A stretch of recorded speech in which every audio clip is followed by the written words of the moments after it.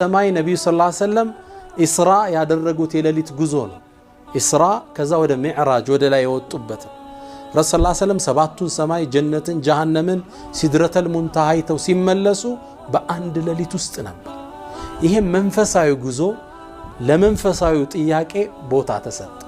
ስለ ሩህ መንፈሳዊ ሚስጥር ነው አይደል? የሩህን መልስ አላህ የት ውስጥ አደረገው? ሱረቱል ኢስራ ውስጥ ከመንፈሳዊ ጉዞን ከሚያመላክተው ቻፕተር ውስጥ አደረገው። ስለ ወጣቶቹ ግን አስሐቡል ካህፍ ናቸው። ሱረቱል ካህፍ ላይ ተጠቀሰ። እንደገና ስለዛ መሬትን ምስራቋን ምዕራብ ስለገዛው ንጉስ ደግሞ ስለ ዙል ቀርነይን የት ውስጥ ተጠቀሰ? ሱረቱል ካህፍ ላይ። እዚሁ ጋር ያይዘው አላህ የሙሳና ኸዲርን ታሪክ ሱረቱል ካህፍ ውስጥ ከተተው። ለምን? ለይሁዳዎች መልስ እየሰጣቸው እናንተ ይሁዳዎች ረሱል ሰለላሁ ዐለይሂ ወሰለም ሶስት ጥያቄ ባለመመለሱ ታሶርበታላችሁ እንዴ?